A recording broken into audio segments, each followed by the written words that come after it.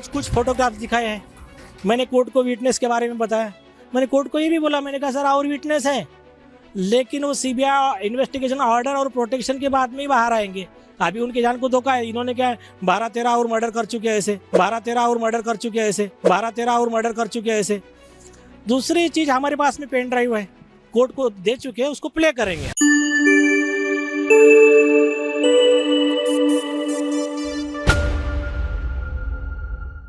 दिशा सालियन खून प्रकरणी काल कोर्टात सुनावणी झाली। या सुनावणीबद्दल दिशाचे वडील सतीश सालियन हे ज्या पद्धतीनं सकारात्मक वाटले, सब कुछ एडवोकेट ने सामने लाया। तो लोकेशन उनका जो टावर फोन टावर मैच होता है वो सब डिटेल्स में जज के सामने रख दिया उन्होंने। तो आज क्लियर हो गया सब। मीडियाशी बोलताना त्यावरून कोर्टात काहीतरी असं घडलंय की जे आता बाहेर पडून मुंबईचे रस्ते नापत नापत थेट वांद्र्याच्या मातोश्रीपर्यंत पोहोचणार की काय असं वाटू लागले। असं काय झालंय कोर्टात, त्यापेक्षा महाराष्ट्राच्या राजकारणात असं काय झालंय की या राजकारणाला एक वेगळंच वळण लागू पाहत आहे।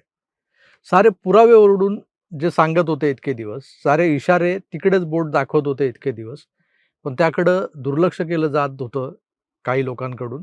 महत्त्वाचं म्हणजे अनेक अननोन विटनेस ज्यातले 8-10 तर मारले गेलेत, त्यांचं बलिदान आता फळणार की काय असं का वाटतंय? कारण काल कोर्टात जी सुनावणी झाली त्यातल्या प्रश्नोत्तरांनी न्यायमूर्ती सारंग कोतवाल आणि रणजित सिंग भोसले यांनी या प्रकरणातला सगळ्यात कच्चा दुवा म्हणजे पोलीस, मालवणी पोलीस, या पोलिसांच्या कव्हर अप ऑपरेशनचा पर्दाफाश केलाय।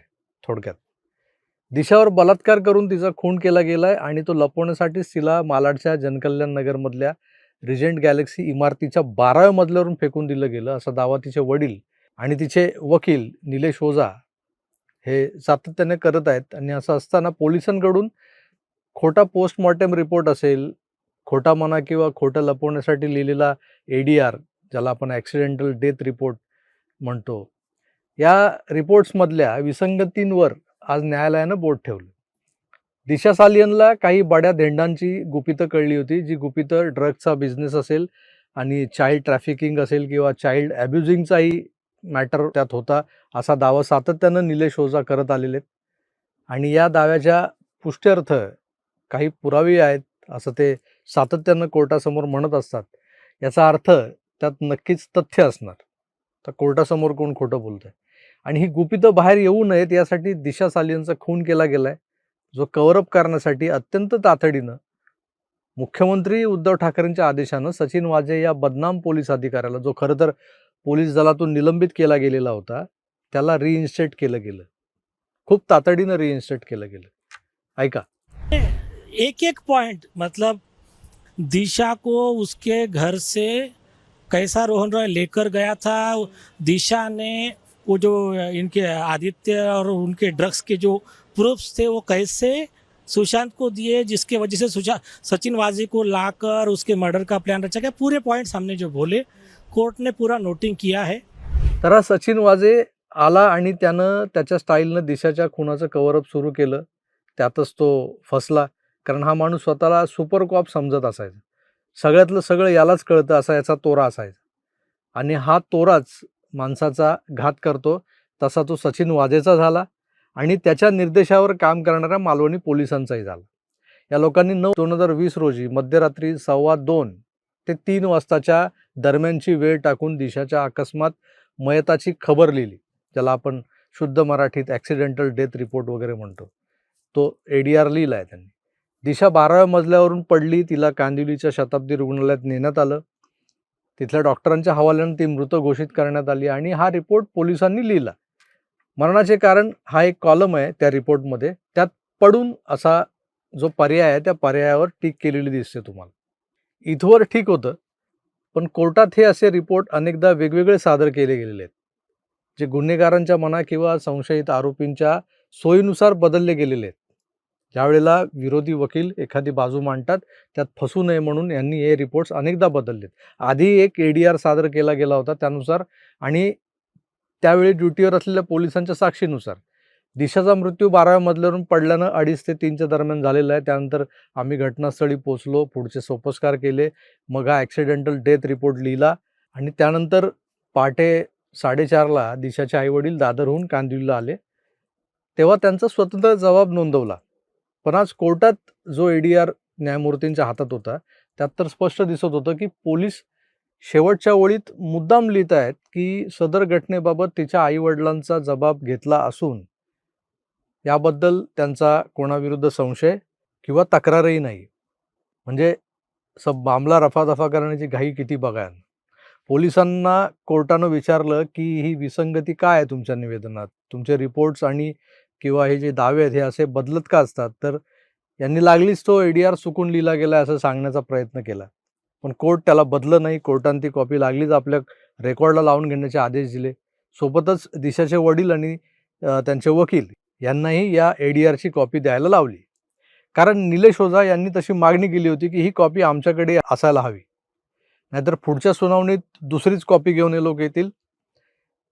आता काय यांनी स्टेशन डायरीची ही पानाच्या पानं गहाळ केलेली आहेत, फाडून टाकलेली आहेत.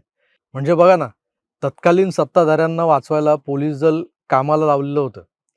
त्याच पोलिसांचा खोटारडेपणा, त्यांनी कुणाला तरी वाचवण्यासाठी खणलेले खड्डे हे आता त्यांनाच आत सामावून घेतायत की काय असं दिसू लागले. हा खोटारडेपणा उलटतोय त्यांच्यावरच. वकील निलेश ओझा जे आता बोललेत ते फार महत्त्वाचं आहे. आज कुछ फोटोग्राफ्स दिखाए हैं, मैंने कोर्ट को विटनेस के बारे में बताया. मैंने कोर्ट को ये भी बोला, मैंने कहा सर और विटनेस है, लेकिन वो CBI इन्वेस्टिगेशन ऑर्डर और प्रोटेक्शन के बाद में ही बाहर आएंगे. अभी उनकी जान को धोखा है. इन्होंने क्या 12-13 और मर्डर कर चुके हैं ऐसे. दूसरी चीज़, हमारे पास में पेन ड्राइव है, कोर्ट को दे चुके हैं, उसको प्ले करेंगे. FIR, ADR ते पोस्टमार्टम यांच्यासह दिशाच्या पालकांचा जबाब, त्यांच्यावर दबाव टाकून कोऱ्या कागदांवर सह्या करून घेणं, फॉरेन्सिक तपास जो झालाय त्यावर प्रश्नचिन्ह लावणाऱ्या सतीश सालियन यांच्या प्रश्नांची उत्तरं पोलीस देत का नाहीयेत, असे अनेक मुद्दे. 12व्या मजल्यावरून पडलेल्या दिशाच्या शरीराची अवस्था बेकार व्हायला हवी होती, पण तिचं शरीर इंटॅक्ट होतं. दात तुटलेत असं पोस्टमार्टम रिपोर्टमध्ये लिहिलेलं होतं, पण तिच्या अंत्यसंस्काराचे जे फोटो पाहिले आपण, तर तिचे गाल, तिचे ओठ, तिचा चेहरा अगदी व्यवस्थित दिसत होता. आतले दात तुटायला वरून झालेला जोरदार आघात पण दिसायला हवा ना, त्याच्या जखमा तोंडावर व्हायला हव्यात, पण तसं काही दिसत नाहीये. मित्र, कालच्या तारखेला न्यायालयानं पिन पॉईंट प्रश्न विचारत पोलिसांना अडचणीत आणलंय. आता पुढच्या तारखेला म्हणजे 27 ऑगस्टला नेमकं काय होणार हे पाहणं रंजक ठरणार आहे. ॲडव्होकेट ओझांच्या मागणीनुसार हायकोर्टाच्या निगराणीखाली CBI तपास होणार का? त्याआधी या प्रकरणातले जे संशयित आरोपी आहेत त्यांच्यावर गुन्हा दाखल व्हावा यासाठी, किमान त्यांची चौकशी व्हावी यासाठी तसा एक FIR दाखल होणार का? वकिलांकडे सबळ पुरावे आहेत. पेनड्राईव्हमध्ये ते त्यांनी कोर्टाला सादर केलेले आहेत. ते कोर्टात सगळ्यांसमक्ष प्ले करण्याची मागणी जर ॲडव्होकेट निलेश ओझांनी केली तर काय आखरीत घडू शकतं हे सुद्धा बघण्यासारखं आहे. आणि त्यानंतर नुसतीच दिशा सालियन किंवा नंतर सुशांत सिंगच्या खुनाची चौकशी होणार की या दोन्ही खुनाबद्दल ज्यांना माहिती होती, जे दिशाच्या खुनाच्या वेळेला आय विटनेस होते, त्यापैकी 8-9 लोक मारले गेलेत, त्या 8-9 मर्डरची फाईल कोर्ट खोलायला लावणार का? हे सारं आपल्याला 27 ऑगस्टलाच कळेल. तोवर आपण सत्याचा उशिरा का होईना होत असलेला विजय मान्य करत न्यायदेवतेचे आभार मानूयात. तुर्तास थांबू. पुन्हा भेटूच. तोवर आपली काळजी घ्या आणि पाहत राहा आपलं आवडतं YouTube चॅनल आकार DG9. धन्यवाद. नमस्कार.